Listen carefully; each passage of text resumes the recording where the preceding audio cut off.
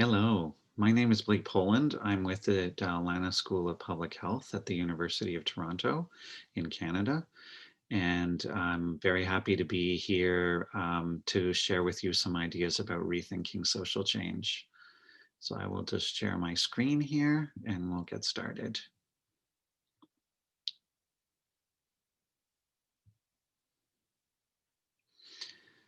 So what I'd like to do is talk to you about rethinking social change. And I want to start by just acknowledging the situation that we're in at the moment.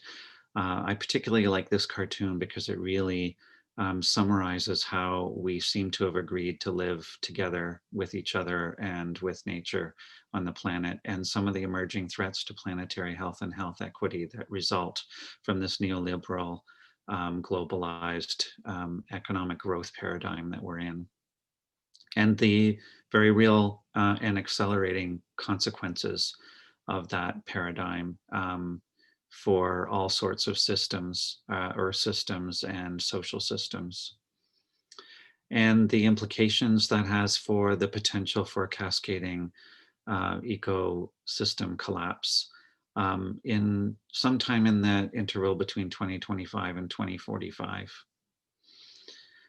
And the fact that risk management is really not up to the challenge. It is the default modus operandi for public health and many other fields. It's predicated on prediction and control, and it's mostly about maintaining the status quo and bouncing back from adversity to an implied normal that is both socially and ecologically dysfunctional. And control is increasingly elusive.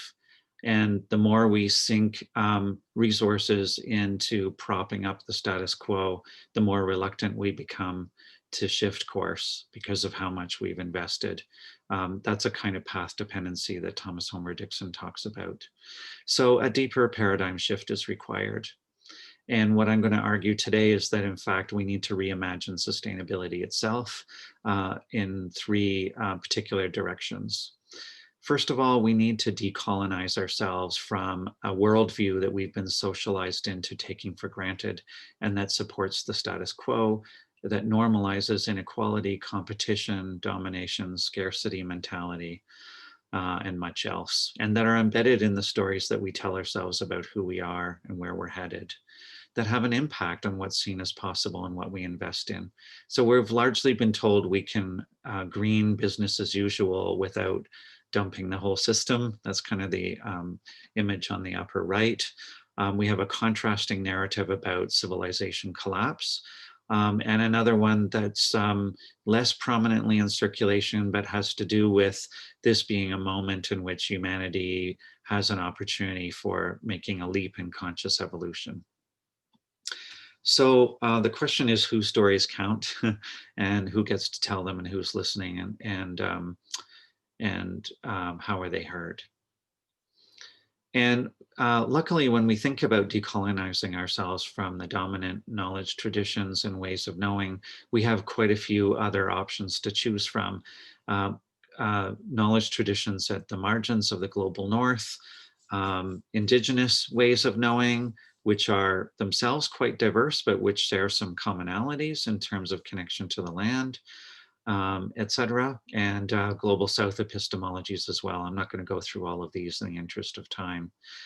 And we also need to rethink what sustainability is itself. What kind of problem is the sustainability crisis? And I would argue that although we've been told that sustainability is a technical problem, it's actually more of a relationship problem, that we've fallen out of right relationship with ourselves, with each other, and with the more than human world. And any of you who've had relationship problems know that if you approach it as a technical problem, you don't get very far, right? There's something more like a change of heart required to address relationship problems. We also need to rethink social change itself and how we go about social change, because we've inherited all kinds of baggage about that as well that actually make it difficult for many people to engage in change work.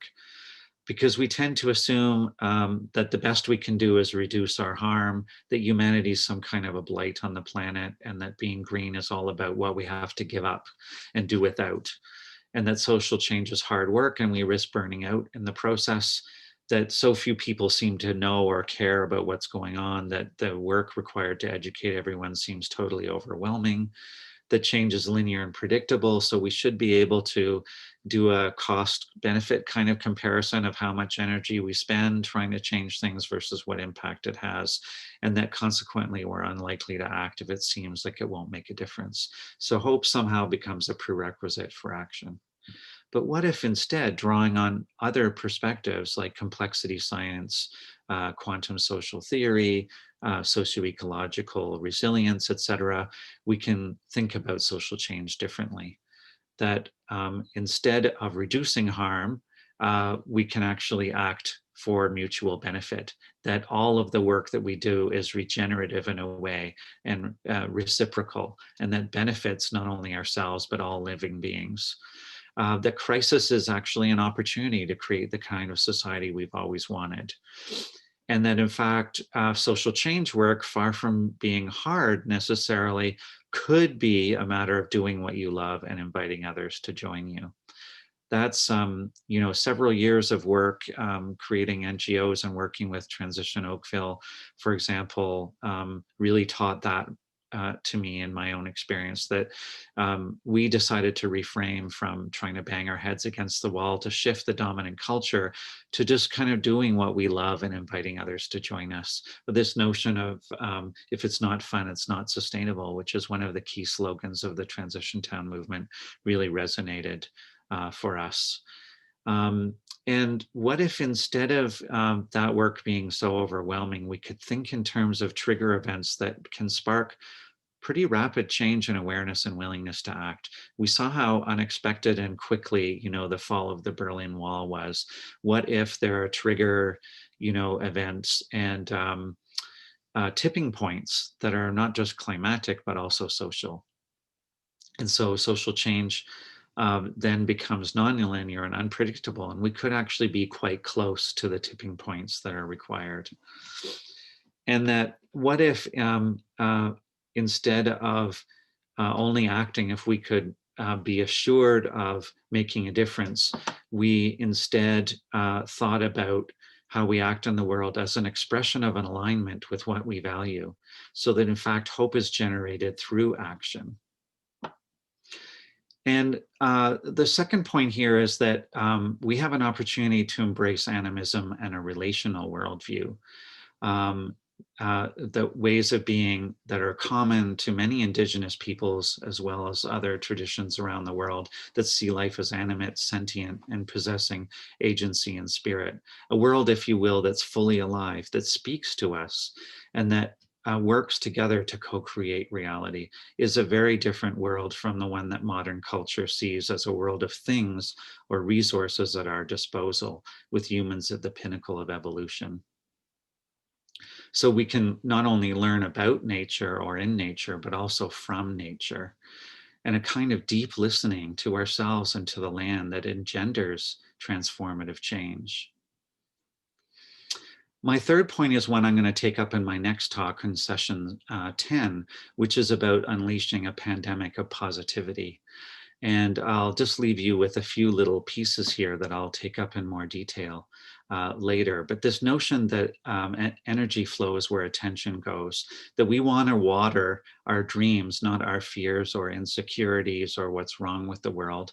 Not that we don't have to pay attention in a kind of clear-eyed realism about the current state of affairs, but we need to pair that with a vision of what Charles Eisenstein calls the more beautiful world our hearts know is possible. And there are all kinds of examples, from appreciative inquiry to asset-based community development, post-traumatic growth, community resilience, positive deviance, that we can draw on to be thinking about how actually this kind of positivity can be an important engine for change and can accomplish things that fear-based tactics have not been able to so far. And so I'll leave you with that for now, and just with this suggestive little note that this sweet spot, an encouragement to find your sweet spot between what you love, what you're good at, and what serves the world. And so I'll take up some of these latter themes in my next talk for session 10. Thank you very much.